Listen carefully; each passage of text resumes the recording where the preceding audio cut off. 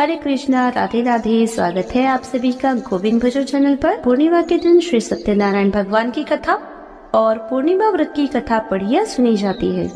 आज के दिन जो भी भक्त सच्चे मन से जैसी भी कामना को लेकर इस कथा को पढ़ते अथवा सुनते हैं और दूसरों को सुनाते हैं, भगवान श्री हरि और भगवान कृष्ण की कृपा से उनकी सभी मनोकामनाएं पूर्ण होती है।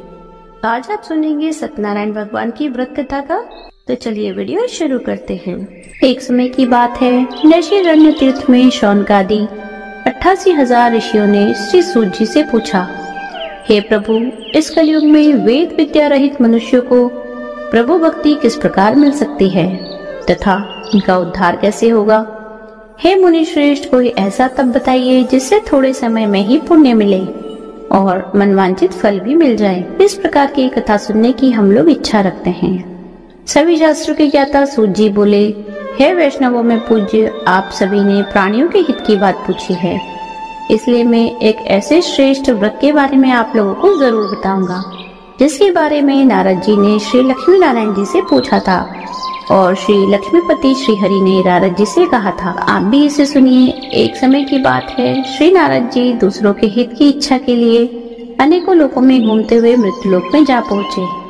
यहाँ उन्होंने अनेक योनियों में जन्मे सभी मनुष्यों को अपने कर्मों के अनुसार पीड़ा झेलते हुए देखा। उनका दुख देख नारद जी सोचने लगे कि ऐसा क्या किया जाए जिससे निश्चित रूप से मानव के दुखों का अंत हो जाए। इसी विचार पर मनन करते हुए वह विष्णु लोक में गए। वहाँ वह नारायण की स्तुति करने लगे और बोले, हे भगवान, आप अत्यंत शक्ति से संपन्न हैं, निर्गुण स्वरूप, सृष्टि के कारण भक्तों के दुख को दूर करने वाले हैं, आपको मेरा प्रणाम। नारद जी की स्तुति सुन विष्णु भगवान बोले, मुनि श्रेष्ठ, आपके मन में क्या बात है उसे निसंकोच कहिए। इस पर नारद जी बोले कि मृत्युलोक में अनेक योनियों में जन्मे मनुष्य अपने कर्मों के द्वारा अनेकों दुख से दुखी हो रहे हैं।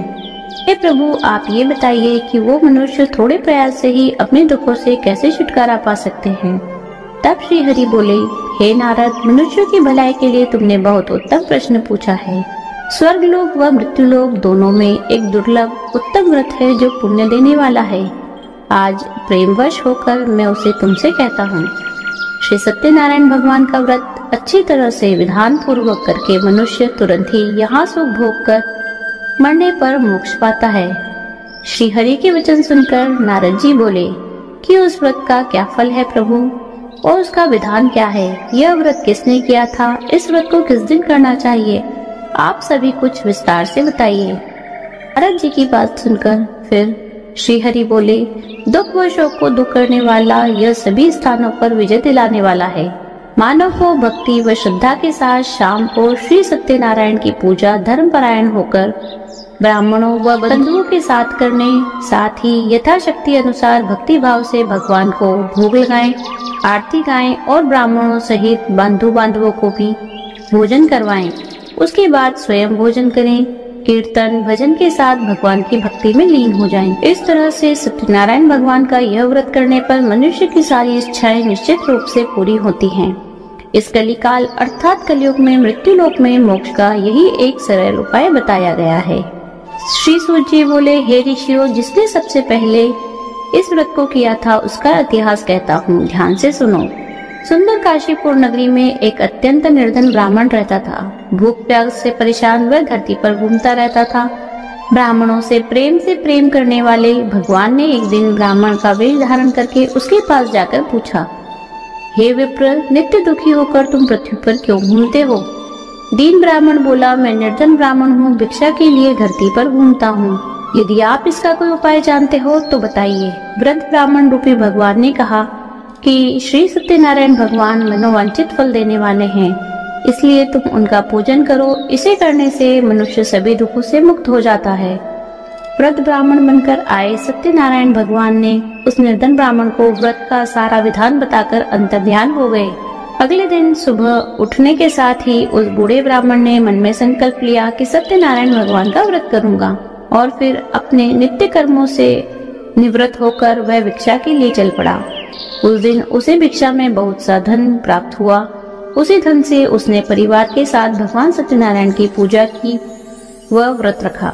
इस व्रत के रखने से कुछ ही दिनों बाद उसके सभी दुख और कष्ट दूर होने लगे और देखते ही देखते एक संपन्न और अनेक संपत्तियों का मालिक बन गया। तब हर महीने की पूर्णिमा के दिन वे ब्राह्मण सत्यनारायण की पूजा व व्रत करने लगा। इस प्रकार सत्यनारायण भगवान के इस व्रत को करके वह श्रेष्ठ ब्राह्मण सभी पापों और गरीबी से मुक्त हो गया। उसने एक दुर्लभ मोक्ष पद को प्राप्त किया।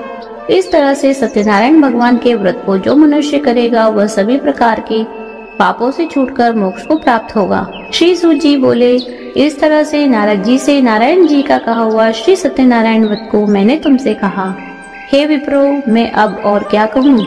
ऋषि बोले, हे मुनिवर, संसार में उस विप्र से सुनकर और किस किस ने इस व्रत को किया, हम सबको इस बात को सुनना चाहिए। इसके लिए हमारे मन में श्रद्धा का भाव है। श्री सूत जी बोले, हे मुनियों, जिसने इस व्रत को किया वह सब सुनो। एक समय वही विप्र धन व ऐश्वर्य के अनुसार अपने बंधु बांधवों के साथ इस व्रत को करने को तैयार हुआ। उसी समय एक लकड़ी बेचने वाला बूढ़ा आदमी आया और लकड़ियां बाहर रखकर अंदर ब्राह्मण के घर में गया। प्यास से दुखी वह लकड़हारा उनको व्रत करते हुए देख विप्र को नमस्कार कर पूछने लगा कि आप क्या कर रहे हैं तथा इसके करने से आपको क्या फल मिलेगा, कृपा करके मुझे भी बताइए। ब्राह्मण ने कहा कि यह सब मनोकामनाओं को पूर्ण करने वाला व्रत है। यह सत्यनारायण भगवान का व्रत है। इसकी कृपा से ही हमारे घर में धन धान्य आदि की वृद्धि हुई है। विप्र से सत्यनारायण व्रत के बारे में जानकर लकड़हारा बहुत प्रसन्न हुआ। चरणामृत लेकर वह प्रसाद खाने के बाद अपने घर गया। लकड़हारे ने मन में संकल्प किया कि आज लकड़ी बेचने से जो धन मिलेगा उसी से श्री सत्यनारायण भगवान का उत्तम व्रत करूंगा। मन में इस विचार को लेकर बूढ़ा आदमी सिर पर लकड़ियां रखकर उसे नगर में बेचने गया, जहां उसे अपनी लकड़ियों का दाम पहले से 4 गुना अधिक मिला। बूढ़ा प्रसन्नता के साथ सारे पैसे लेकर सत्यनारायण भगवान की मूर्ति और व्रत की अन्य सामग्रियां लेकर अपने घर गया। वहां उसने अपने परिवारजनों को बुलाकर विधि विधान से सत्यनारायण भगवान का पूजन और व्रत किया। इस व्रत के प्रभाव से वह बूढ़ा लकड़हारा धन पुत्र आदि से युक्त होकर संसार के समस्त सुख को भोग कर अंतकाल में वैकुंठ धाम को चला गया। श्री सूत जी बोले, हे श्रेष्ठ मुनियों, अब आगे की कथा कहता हूँ। पहले समय में उल्कामुख नाम का एक बुद्धिमान राजा था। वह सत्यवक्ता और जितेंद्रिय था। प्रतिदिन देव स्थानों पर जाता और निर्धनों को धन देकर उनके कष्ट दूर करता था। उसकी पत्नी कमल के समान मुख वाली तथा सती साध्वी थी। भद्रशाली नदी के तट पर उन दोनों ने श्री सत्यनारायण भगवान का व्रत किया। उसी समय साधु नाम का एक वैश्य आया। उसके पास व्यापार करने के लिए बहुत सा धन भी था। राजा को व्रत करते देख वह विनय के साथ पूछने लगा, हे राजन, भक्ति भाव से पूर्ण होकर आप यह क्या कर रहे हैं? मैं सुनने की इच्छा रखता हूँ, तो कृपया आप मुझे भी बताइए। राजा बोला, मैं अपने बंधु बांधवों के साथ पुत्रादि की प्राप्ति के लिए श्री सत्यनारायण भगवान का व्रत व पूजन कर रहा हूँ। राजा के वचन सुनकर साधु आदर से बोला, हे राजन, मुझे इस व्रत का सारा विधान कहिए, मैं भी इस व्रत को करूँगा। मेरी भी संतान नहीं है और इस व्रत को करने से निश्चित रूप से ही मुझे संतान की प्राप्ति होगी। राजा से व्रत का सारा विधान सुनकर व्यापार से निवृत्त होकर वह अपने घर गया। साधु ने अपनी पत्नी को संतान देने वाले इस व्रत का वर्णन कह सुनाया और कहा कि जब मेरी संतान होगी तब मैं इस व्रत को करूँगा।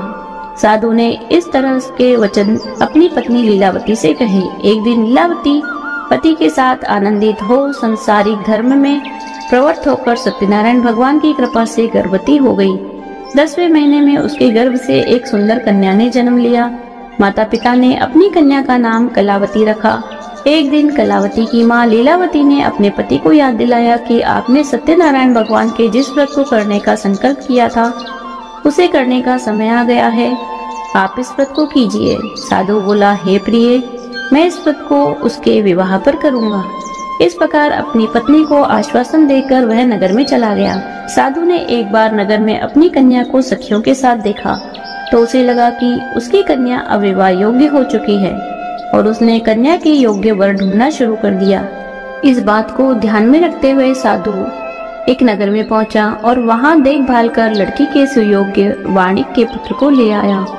सुयोग्य लड़के को देख साधु ने बंधु बांधवों को बुलाकर अपनी पुत्री का विवाह कर दिया।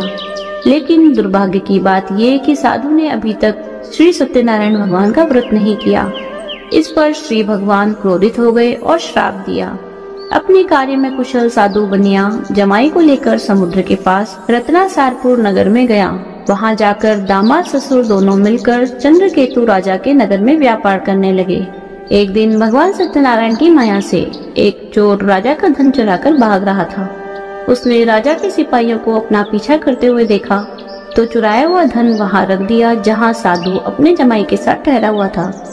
राजा के सिपाहियों ने साधु वैश्य के पास राजा का धन पड़ा देखा तो वह ससुर जमाई दोनों को बांधकर प्रसन्नता से राजा के पास ले गए और कहा कि उन दोनों चोरों को हम पकड़ लाए हैं, आप आगे की कार्रवाई की आज्ञा दें। राजा की आज्ञा से उन दोनों को कठिन कारावास में डाल दिया गया और उनका सारा धन भी उनसे छीन लिया गया। श्री सत्यनारायण भगवान के श्राप से साधु की पत्नी भी बहुत दुखी हुई। घर में जो धन रखा था उसे भी चोर चुरा ले गए। शारीरिक तथा मानसिक पीड़ा व भूख प्यास से अति दुखी और अन्न की चिंता में लीलावती एक ब्राह्मण के घर गई। वहां उसे श्री सत्यनारायण भगवान का व्रत होते देखा। फिर कथा भी सुनी। वहां प्रसाद ग्रहण कर वह रात को घर वापस आई। माता के कलावती से पूछने पर कि पुत्री अब तक तुम कहाँ थी, तेरे मन में क्या है? कलावती ने अपनी माता से कहा, हे माता, मैंने एक ब्राह्मण के घर में श्री सत्यनारायण भगवान का व्रत देखा है। कन्या के वचन सुनकर लीलावती भगवान के पूजन की तैयारी करने लगी। लीलावती ने परिवार व बंधुओं के सहित सत्यनारायण भगवान का पूजन किया और उनसे वर मांगा कि मेरे पति तथा जमाई शीघ्र ही घर आ जाएं। साथ ही यह प्रार्थना भी की कि हम सबका अपराध क्षमा करें। श्री सत्यनारायण भगवान इस व्रत से संतुष्ट हो गए और राजा चंद्रकेतु को सपने में दर्शन देकर कहा, हे राजन, तुम उन दोनों वैश्यों को छोड़ दो और तुमने उनका जो धन लिया है वह भी उन्हें वापस दे दो। अगर ऐसा नहीं किया तो मैं तुम्हारा धन, राज्य व संतान सभी कुछ नष्ट कर दूंगा। राजा को यह सब कहकर वे अंतर्ध्यान हो गए। प्रातः काल सभा में राजा ने अपना सारा सपना सुनाया। फिर बोले कि उन दोनों को कैद से मुक्त कर सभा में लाओ। दोनों ने आते ही राजा को प्रणाम किया। राजा बोला, महानुभाव, भाग्यवश ऐसा कठिन दुख तुम्हें प्राप्त हुआ, लेकिन अब तुम्हें कोई भय नहीं है। ऐसा कहकर राजा ने उन दोनों को नए वस्त्राभूषण पहनाए और जितना उनका धन लिया था सभी कुछ दुगना वापस कर दिया। दोनों वैश्य अपने घर को चल दिए। श्री सूत जी बोले, वैश्य ने मंगलचार कर अपनी यात्रा आरंभ की और अपने नगर की ओर चल दिया। उनके थोड़ी दूर जाने पर दंडी वेशधारी श्री सत्यनारायण भगवान ने उनसे पूछा, हे साधु, तेरी नाव में क्या है? अभिवाणी वणिक हंसता हुआ बोला, हे दंडी, आप क्यों पूछते हो? क्या धन लेने की इच्छा है? मेरी नाव में तो बेल व पत्ते भरे हुए हैं।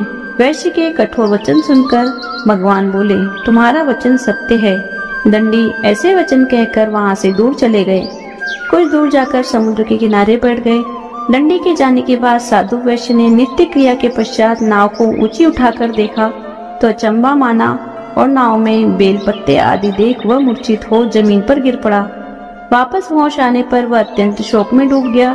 तब उसका दामाद बोला कि आप शोक न मनाएं, यह दंडी का शाप है, इसलिए हमें उनकी शरण में जाना चाहिए, तभी हमारी मनोकामना पूर्ण होगी। दामाद की बात सुनकर वह दंडी के पास पहुंचा और अत्यंत भक्तिभाव से नमस्कार करके बोला, मैंने आपसे जो असत्य वचन कहे थे उसके लिए मुझे क्षमा कर दीजिए। ऐसा कहकर वह रोने लगा। तब दंडी भगवान बोले, हे वणिक पुत्र, मेरी आज्ञा से बार बार तुम्हें दुख प्राप्त हुआ है, तू मेरी पूजा से विमुख हुआ। साधु बोला, हे भगवान, आपकी माया से ब्रह्मा आदि देवता भी आपके रूप को नहीं जानते, तब मैं अज्ञानी कैसे जान सकता हूँ? आप प्रसन्न होइए, मैं सामर्थ्य के अनुसार आपकी पूजा करूँगा। मेरी रक्षा कीजिए और पहले के समान नौका में धन भर दीजिए। साधु वैश्य के भक्ति पूर्वक वचन सुनकर भगवान प्रसन्न हो गए और उसकी इच्छा अनुसार वरदान देकर अंतर्ध्यान हो गए। ससुर जमाई दोनों जब नाव पर आए तो नाव धन से भरी हुई थी। फिर वहीं अपने अन्य साथियों के साथ सत्यनारायण भगवान का पूजन कर अपने नगर को चल दिए। जब नगर के नजदीक पहुंचे तो दूत को घर पर खबर करने के लिए भेज दिया। दूत साधु की पत्नी को प्रणाम करके कहता है कि मालिक अपने दामाद सहित नगर के निकट आ गए हैं। दूत की बात सुनकर साधु की पत्नी लीलावती ने बड़े हर्ष के साथ सत्यनारायण भगवान का पूजन कर अपनी पुत्री कलावती से कहा कि मैं अपने पति के दर्शन को जाती हूँ, तू कार्य पूर्ण करके शीघ्र आ जाना। माँ के ऐसे वचन सुनकर कलावती जल्दी में प्रसाद छोड़कर अपने पति के पास चली गई। प्रसाद की अवज्ञा के कारण श्री सत्यनारायण भगवान रुष्ट हो गए और नाव सहित उसके पति को पानी में डुबो दिया। कलावती अपने पति को वहां न पाकर रोती हुई जमीन पर गिर गई। नौका को डूबा हुआ देखकर व कन्या को रोता देखकर साधु दुखी होकर बोला, हे प्रभु, मुझसे तथा मेरे परिवार से जो भूल हुई है उसे क्षमा करे। साधु के दीन वचन सुनकर श्री सत्यनारायण भगवान प्रसन्न हो गए और आकाशवाणी हुई, हे साधु, तेरी कन्या मेरे प्रसाद को छोड़कर आई है, इसलिए उसका पति अदृश्य हो गया है। यदि वह घर जाकर प्रसाद खाकर लौटती है तो इसका पति अवश्य मिलेगा। ऐसी आकाशवाणी सुनकर कल्यावती ने वैसा ही किया जैसा आकाशवाणी के दौरान भगवान ने कहा, और फिर प्रसाद ग्रहण करने के बाद जब वह वापस आई तो अपने पति के दर्शन करके अत्यंत प्रसन्न हुई। उसके बाद साधु अपने बंधु बांधवों सहित श्री सत्यनारायण भगवान का विधि विधान से पूजन करता है। इस लोक का सुख भोग व अंत में स्वर्ग को जाता है। श्री सूत जी बोले, हे ऋषियों, मैं और भी एक कथा सुनाता हूँ, उसे भी ध्यान पूर्वक सुनिए। प्रजा पालन में लीन तुंगध्वज नाम का एक राजा था। उसने भी भगवान का प्रसाद त्याग कर बहुत ही दुख सहन किया। एक बार जंगल में जाकर वन्य पशुओं को मारकर वह बड़ के पेड़ के नीचे गाया। वहाँ उसने ग्वालों को भक्ति भाव से अपने बंधुओं सहित सत्यनारायण भगवान का पूजन करते देखा। अभिमानवश राजा ने उन्हें देखकर भी पूजा स्थान में नहीं गया और न ही उसने भगवान को प्रणाम किया। ग्वालों ने राजा को प्रसाद दिया, लेकिन वह प्रसाद नहीं खाया और प्रसाद को वहीं छोड़कर अपने नगर को चला गया।